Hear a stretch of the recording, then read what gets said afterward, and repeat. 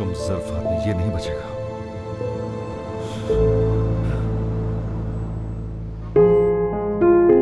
चलो शुरू करो।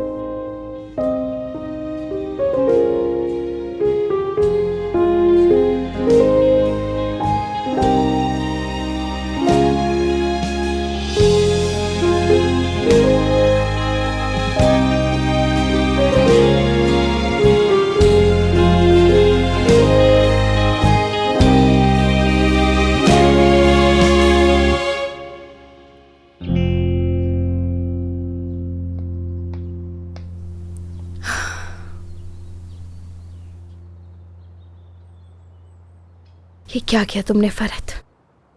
माफ नहीं करूंगी तुम्हें।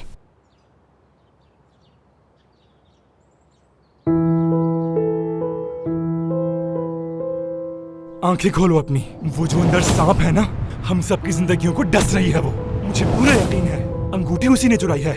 दिमाग खराब हो गया उस बेशरम का। उस यतीम खाने में कितनी लड़कियां होंगी जो तुम्हारी जगह पर होना चाहती हैं नवा। तुम ये जो कुछ कर रही हो ये नाशुक्री कहलाएगी। और अपना रवैया जरा बदलो, इतनी बिगड़ी हुई मत बनो। कभी कभी तो मुझे लगता है कि मैं इन सबका कसूरवार खुद को ठहराऊं। यही चाहती हो ना तुम? दफा हो जाओ यहाँ से। क्या तुम मारना चाहते हो मुझे?